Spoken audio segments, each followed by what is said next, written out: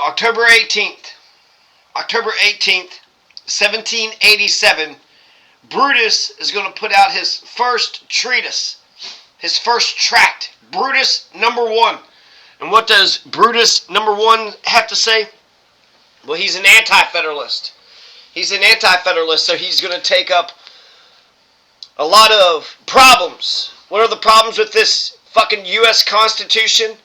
The goddamn Constitutional Convention made of September 1787. Goddamn George Washington and some other fucking pricks that forgot to invite Thomas Jefferson. Whoops, forgot to invite John Adams. John Adams only wrote, the most enduring Constitution compared to, I want to say it's actually longer. Massachusetts or Maine. Which one was it? John Adams wrote a constitution that is longer than the American Constitution. Probably Massachusetts. For some reason it could be Maine. It's got to be Massachusetts, right? Okay, so Massachusetts, as Mr. Miller liked to say, May to September 1787. So for the past 6 months, George Washington has assembled all these elitist, politicians in this Constitutional Convention. And what they're going to do is a constitutional coup, a constitutional revolution. They're going to dissolve the Articles of Confederation, which were effective enough to fight the Revolutionary War. But Shays' Rebellion had happened, so there was going to be another revolution. Shays' Rebellion is Daniel Shays. He was an American revolutionary, put his life on the line for this country. And how did this country thank him? Well, we're going to give his goddamn land, his land holdings to the bank. We're just going to give his land holdings to the bank. Well, Daniel Shays says that's bullshit. I fought one revolution. It's time for another goddamned revolution. So we've got to keep that in mind, that the U.S. Constitution was primarily written to strengthen and consolidate and centralize power in America. So there's some comparisons with Publius, but first let's just start out with the introduction, okay? So what does Brutus number 1 is going to write to the citizens of New York. Remember we were talking about Sentinel. Sentinel number 1 was written for the citizens of Pennsylvania. Since the U.S. Constitution has been written, it was in Philadelphia, wasn't it? They've wrote the U.S. Constitution. Now they got to get it ratified. And how are they going to get it ratified? By getting 3/4 of the states to approve of it by convention, which is kind of usurping of power because they're not going through the state governments. They're going directly to the people of each of the states, which matters. Later on, John Marshall and some of these Supreme Court people are going to be like, well, the U.S. Constitution came straight from the people themselves. To the citizens of the state of New York. When the public is called to investigate and decide upon a question in which not only the present members of the community are deeply interested, but upon which the happiness and misery of generations yet unborn is in great measure suspended, the benevolent mind cannot help feeling itself peculiarly interested in the result. In this situation, I trust the feeble efforts of an individual to lead the minds of the people to a wise and prudent determination cannot fail of being acceptable to the candid and dispassionate part of the community. Encouraged by this consideration, I have been induced to offer my thoughts upon the present important crisis of our public affairs. Perhaps this country never saw so critical a period in their political concerns, yet we have felt the feebleness of the ties by which these United States are held together. We're barely even a family anymore. We're barely even a union. To perfect the union, to be for friends, family, we're hardly even a community. South Carolina and New York, they used to do so many fun things. Get-togethers. They don't even get together on the holidays anymore. South Carolina and New York are just two completely different people. We have felt the feebleness of the ties in which these U.S. states are held together, and the want of sufficient energy in our present confederation to manage in some instances our general concerns. Various expedients have been proposed to remedy these evils, but none have succeeded. At length the convention of the states has been assembled. They have formed a constitution which will now probably be submitted to the people to ratify or reject, which who are the fountain of all power. Who is the fountain of all power? The people. The people. Be submitted to the people to ratify or reject, who are the fountain of all power, to whom alone of it right belongs to make or unmake constitutions or forms of government at their pleasure. The people can go ahead and dissolve a goddamn constitution. They can change the government. They can live without a government. They can have a big government. They can have a little government. The most important question that was ever proposed to your decision or to the decision of any people under heaven is before you, and you are to decide upon it by men of your own election, chosen specifically for this purpose. If the Constitution offered to your acceptance be a wise one, calculated to preserve the invaluable blessings of liberty, to secure the inestimable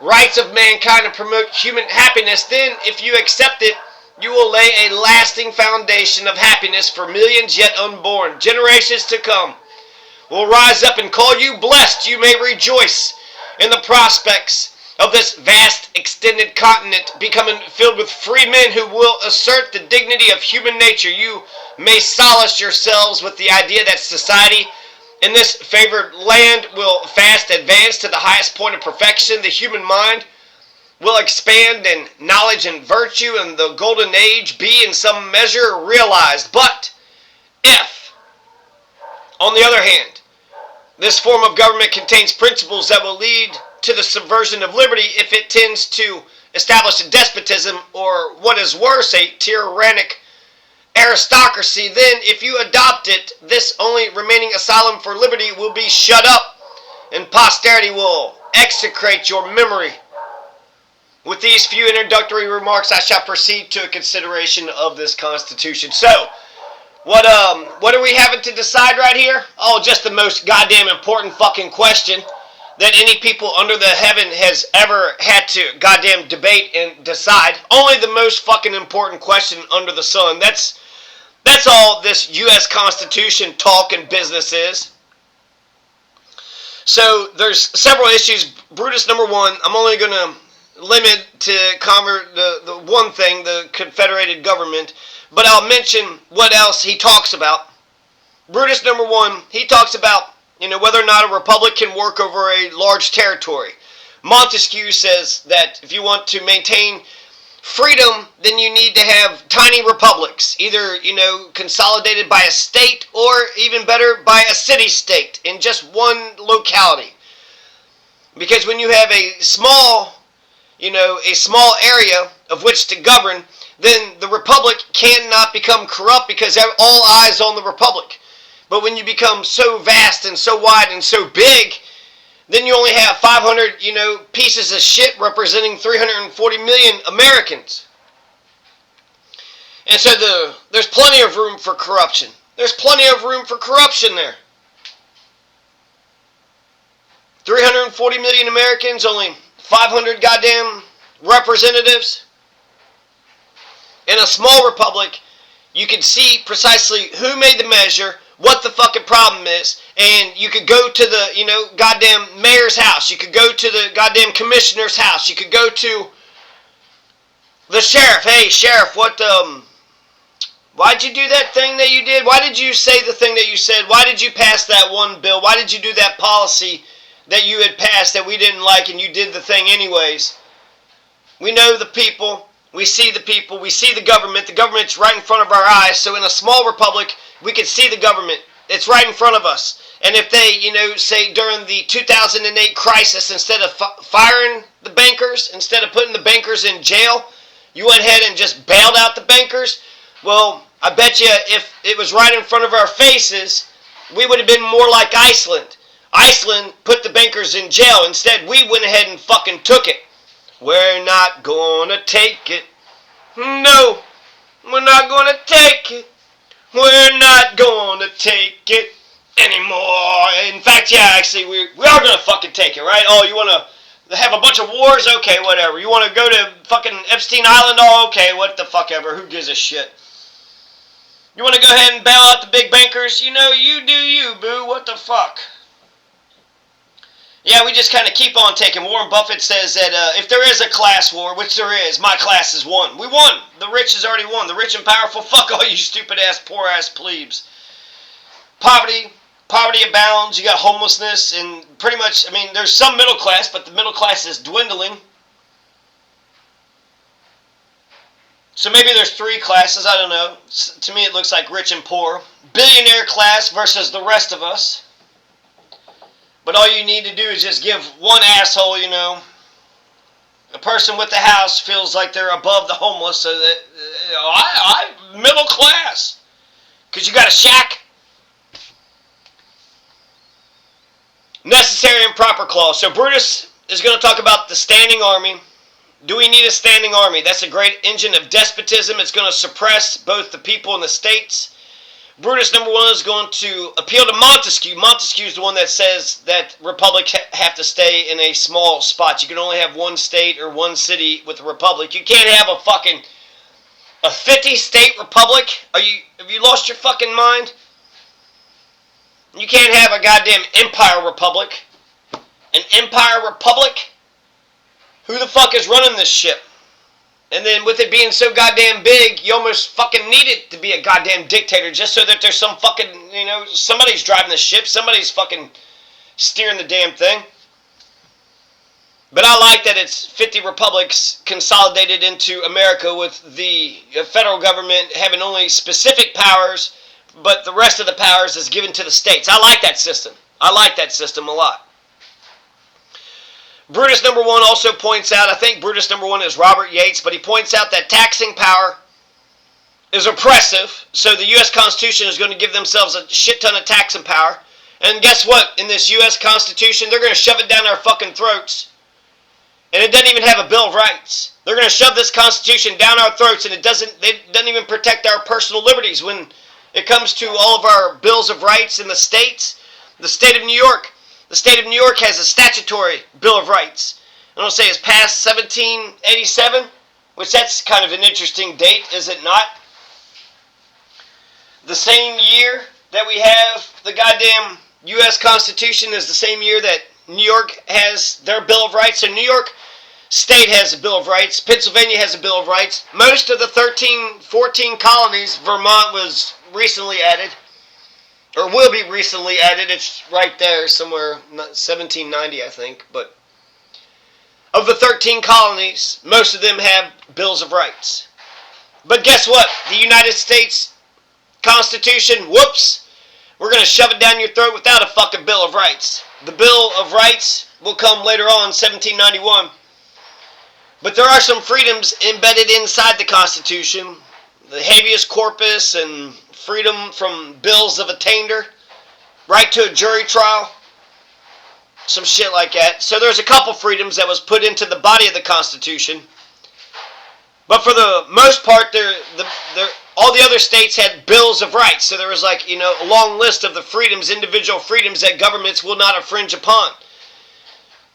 So this is the government, goddamn, wanting to centralize, wanting to expand their powers, wanting to expand their domain.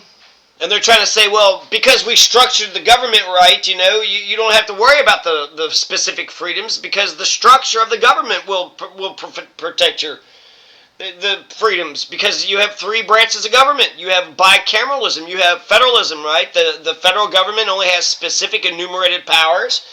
The House is split into two, so therefore, it's a long slog.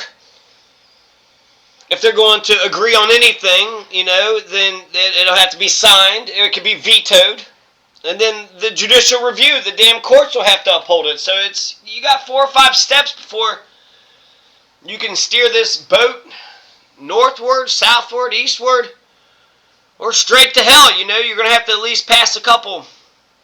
So you got bicameralism, federalism, 3 branches of government. You got the Bills of Rights. You got the elections. There's a lot of structural powers there that would prevent a tyrannical, monarchical, autocratic, totalitarian, fascist, absolutist, goddamn oppressor, molester, lowlife, dirty, rotten piece of shit. It's embedded in our souls, right? It's the Constitution. The word Constitution is our conscience, our bedrock, our principles. What are we constituted towards as individuals? We're constituted towards the 6 end objects of the preamble: peace, love, freedom, justice, perfect union, domestic tranquility, to provide for the common defense. So those are the problems that Brutus number 1 is going to point out. The Republic cannot work over a large territory. The standing army is going to suppress both us, the people, and the states. The standing army is a great engine of despotism. So this proposal, this U.S. Constitution, is not going to work. So look at Montesquieu. And Publius actually mentions Montesquieu too. Federalist 9 and 10, and then you can check out number 1 as well. Publius asks, what is at stake in Federalist 1? Federalist 9 is when they admit how high of a status Montesquieu is. Montesquieu, of course, the one who wrote the Spirit of the Laws. The Spirit of the Laws by Montesquieu. So he was held in high regard. He went and did this whole legal analysis. The Spirit of the Laws is a great book. Give me a read. I'm just going to pull out the Spirit of the Laws and randomly read. What do you want to do? Page 120. I don't know where this is going to send me, but I'm just going to read something from page 120. All right, here we go. And it actually goes up to like 500 pages. But 120, what's it say on page 120? I'm about to tell you. Since the founders, both the Anti-Federalist and the Federalist, look up to Montesquieu. Distinctive properties of a republic. It is natural for a republic to have only a small territory. Get the fuck out of here. Otherwise, it cannot long subsist. In an extensive republic, there are men of large fortunes and consequently of less moderation. There are trusts too considerable to be placed in any single subject. He has interest of his own.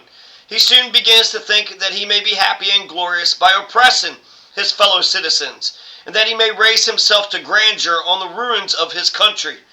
In an extensive republic, the public good is sacrificed to 1,000 private views. It is subordinate to exceptions and depends on accidents. In a small one, the interest of the public is more obvious, better understood, and more within the reach of every citizen. Abuses have less extent and of course are less protected.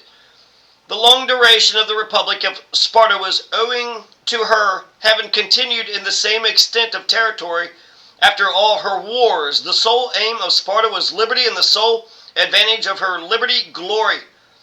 It was the spirit of the Greek republics to be as contented with their territories as with their laws. Athens was first fired with ambition and gave it to Lacedaemon, but it was an ambition rather of commanding a free people than of governing slaves, rather of directing than of breaking the union. All was lost upon the starting up of monarchy, a government whose spirit is more turned to increase of dominion. Excepting particular circumstances, it is difficult for any other than a republican government to subsist longer in a single town. A prince of so petty a state would naturally endeavor to oppress his subjects because his power would be great, while the means of enjoying it or of causing it to be respected would be inconsiderable. The consequence is he would trample upon his people. On the other hand, such a prince might be easily crushed by a foreign or even a domestic force. The people might any instant unite and rise up against him. Now, as soon as the sovereign of a single town is expelled, the quarrel is over. But if he has many towns, then it only begins. So that was Lucky, page 120. Okay, thank you, Montesquieu. So we just got some ancient wisdom. What was that, published 1748 or so? So when it comes to textualism and originalism, they're just pretty much cousins. They're goddamn, twins almost, right? So they're twins. When the Supreme Court justices go to interpret the laws, especially the Constitution, there's the words on the page, and if the words on the page are ambiguous, then we go back to what they said that the words on the page means. So Montesquieu, the Federalist Papers, the Anti-Federalist Papers, this all goes to originalism. What did they fucking mean with the goddamn words that they wrote? And Brutus. So Brutus number 1, sitting on number 1. These are important voices to understand what the hell the U.S. Constitution is about. So I'm going to read a couple more paragraphs. Like I said, this is only the beginning, so I'm going to read more of this, and we'll, flesh out more of Brutus, number 1. This is October 18th, 1787, so May to September 1787, for 6 months or so. They've been goddamn arguing about this Constitution. They got it written up. It was all secret, right? All behind closed doors. And now they're trying to say, okay, this Constitution is good. And now they're going to shove it down our throats with these conventions. Now, how many people even go to these conventions? I mean, that's kind of crazy. 200 people in goddamn Pennsylvania went to a convention, and the majority said, all right, we're going to be under a goddamn, centralized confederation of republics. 200 people of the whole state of Pennsylvania. How's that of the people, by the people, for the people? It's not, is it? I bet you those conventions were filled with a bunch of elitist sons of bitches as well. I like to think that the conventions were different politicians than the people that were in state government. I like to think that the conventions had elections as well. The people voted for these conventions, and the people voted for the delegates of these conventions for each and every state. I'd like to think that's the case. I would like to think that's the case. So we started talking off, okay, with these few introductory remarks, I shall proceed to a consideration of this Constitution. He asked.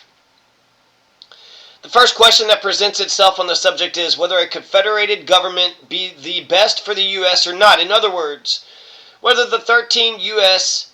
states should be reduced to one great republic governed by one legislature and under the direction of one executive and judicial, or whether they should continue 13 confederated republics under the direction and control of a supreme federal head for certain defined national purposes only. Yes, the second one. I want the second one. Yeah, we're all Americans, but we're also our own state, right? So dual sovereignty. We all live under a dual sovereignty. So I like having Montanans, right? You got Montanans, you got Floridians, you got the Minnesotans, you got the Alaskans. The Alaskans, I mean, right now they're all getting into fucking ships and planes and shit. I mean, my God, the eastern coast got the nor'easter, fucking 8 feet of snow in New Jersey, and then now the shit in Alaska. I hear this winter is going to be fucking cold and wet. Because of La Nina. Not El Nino, but La Nina. The nor'easter. The first question. Okay, so this inquiry is important because although the government reported by the convention does not go to a perfect and entire consolidation, yet it approaches so near to it that it must, if executed, certainly and infallibly terminate in it. This government is to possess absolute and uncontrollable power, legislative, executive, and judicial, with respect to every object to which it extends, for by the last clause of Section 8, Article 1st, it is declared that the Congress shall have power to make all laws which shall be necessary and proper for carrying into execution the foregoing powers and all other powers vested by this Constitution in the government of the United States or in any department or office thereof. And by the 6th Article, it is declared that this Constitution and the laws of the United States which shall be made in pursuance thereof and the treaties made or which shall be made under the authority of the United States shall be the supreme law of the land. And the judges in every state shall be bound thereby, anything in the Constitution or law of any state to the contrary notwithstanding. So, the U.S. Constitution is the supreme law of the land, and the goddamn judges are supposed to be goddamn bound to the U.S. Constitution. They're supposed to. It's what the fucking rule says. This guy's trying to say that it's going to become despotic. Which, yeah, I can see that. So, let's carry on. What is Brutus? Robert Yates as Brutus.